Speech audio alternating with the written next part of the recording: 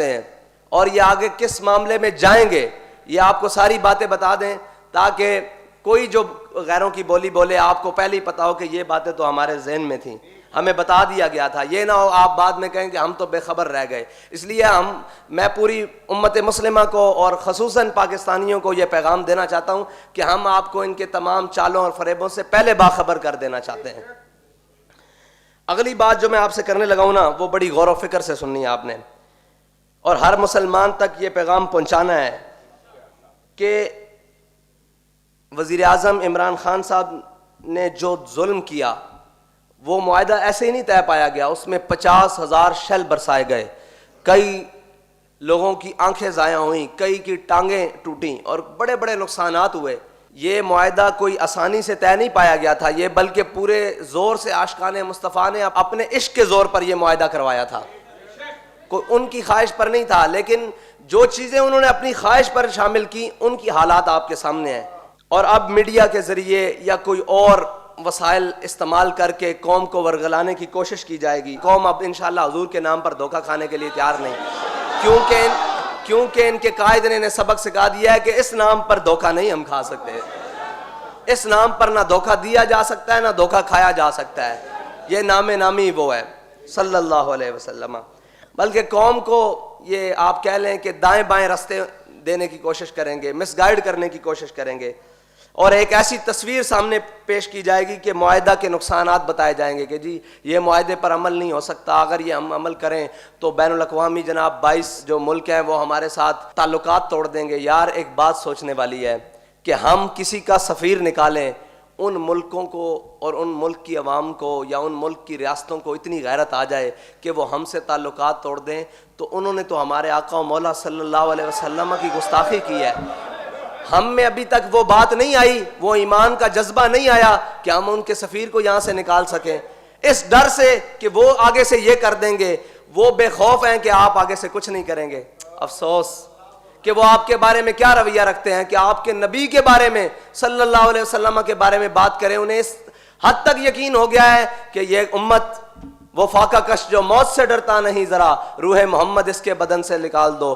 تو حضور کی امت تو حضور سے آج بھی پیار کرتی ہے، انہیں آپ کے بارے میں کتنی غلط فہمی ہے، آپ کے حکمرانوں کے بارے میں کتنی بڑی ایک یقین ہو چکا ہے کہ ہم جو بھی کریں گے ان کو کوئی اثر نہیں ہوگا، اور آپ کے حکمران اس بات سے ڈر رہے ہیں کہ ہم ایک سفیر کو نکال دیں گے تو وہ ہمارے ساتھ تجارتی تعلقات منعقد کر دیں گے۔ آپ نے ابھی تک کہا تھا کہ فرانس کی مصنوعات کا بائیکاٹ کیا جائے گا، آپ نے وہ بھی نہیں کیا۔ آپ صرف عزت سے یہاں سے سفیر کو روانہ کریں گے جہاز پہ بٹھا کر تو وہ آپ کے ساتھ یہ حال کریں گے۔ آپ کا ایمان کہاں ہے؟ آپ کا عشق رسول کہاں ہے؟ جب آپ ٹیبل پر بیٹھتے ہیں ہمارے ساتھ عشق رسول کے بڑے بڑے دعوے کرتے ہیں، ساری باتیں کرتے ہیں، کہاں ہے وہ عشق رسول؟ کس کے سامنے روئیں یہ بات؟ کس کو کہیں جا کر کہ یار وہ تو ایک سفیر کے نکالنے پر، ان سے تجارتی تعلقات منقطع کرنے پر تیار ہیں، اور یہ کہتے ہیں ہمیں نقصان ہو جائے گا، اور وہ حضور کی ناموس پر حملہ کر کے،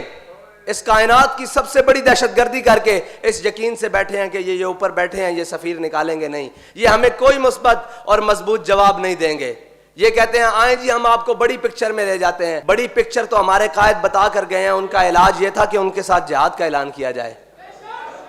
ہمارے قائد نے کہا تھا ہم چھوٹا مطالبہ کر رہے ہیں، بڑا مطالبہ تو ہمارا یہ تھا کہ ان کے ساتھ جہاد کا اعلان کرو،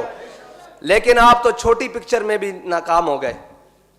اور بالکل ناکام ہو گئے، چاروں شانوں سے چت ہو گئے۔ آپ سوچیں کہ ہم نے جن کو مسلط کر کے اپنے ملک کے اوپر رکھا ہوا ہے، اور ان کے بارے میں کفر کو کتنا یقین ہے کہ یہ ہمارے وفادار ہیں، اپنے آقا و مولا کے وفادار نہیں ہیں۔ اگر ہم اپنے آقا و مولا صلی اللہ علیہ وسلم کے وفادار ہوتے تو کیا یہ صرف تحریک لبیک کے کہنے پر اور اس کے احتجاج کرنے پر سفیر کی بات کرتے ہیں؟ بلکہ ہم تو گھروں میں بیٹھے ہوتے، یہ پہلے یہ کام کر چکے ہوتے۔ ہمارا ان سے مطالبہ اگلا ہوتا کہ یار ان کے ساتھ کوئی عملی اقدامات کرو، ان کا ناطقہ بند کرو، ان کے ساتھ کوئی شہاب الدین محمد غوری والا کام کرو، کوئی سلطان صلاح الدین ایوبی والا کام کرو، کوئی احمد شاہ ابدالی والا کام کرو، کوئی جناب محمود غزنوی والا کام کرو۔ لیکن ہم تو اس سے نیچے والے مطالبے پر بھی یہ اتنے غیر سنجیدہ کہ سوچا بھی نہیں جا سکتا۔ میرے رب نے یہ دنیا بنائی اپنے حبیب کے نام پر ہے، اور ان کے ساتھ وفا کر کر تو دیکھو۔ آج کے بعد آپ نے یہ فیصلہ کرنا ہے کہ ہم کیا چاہتے ہیں، کہ مرنے کے بعد ہمارا چہرہ بھی حضور امیر المجاہدین رحمت اللہ تعالی علیہ کے طرح چمکے، اور ان کی پسند یہ تھی اور ان کا مطالبہ یہ تھا اور ان کی خواہش یہ تھی کہ ریاستی سطح پر جواب ہو. یہی کہتے تھے نا کہ انہوں نے ہمارے آقا و مولا کی ریاستی سطح پر گستاخی کی ہے, تو جواب بھی ریاستی سطح پر ہو. تو آپ نے اس مطالبے پر بھرپور کھڑے ہونا ہے, بھرپور کھڑے ہونا ہے, کسی کمزوری کو دکھائے بغیر, کہ ہمارا مطالبہ وہی ہے کہ اسمبلی میں بل کو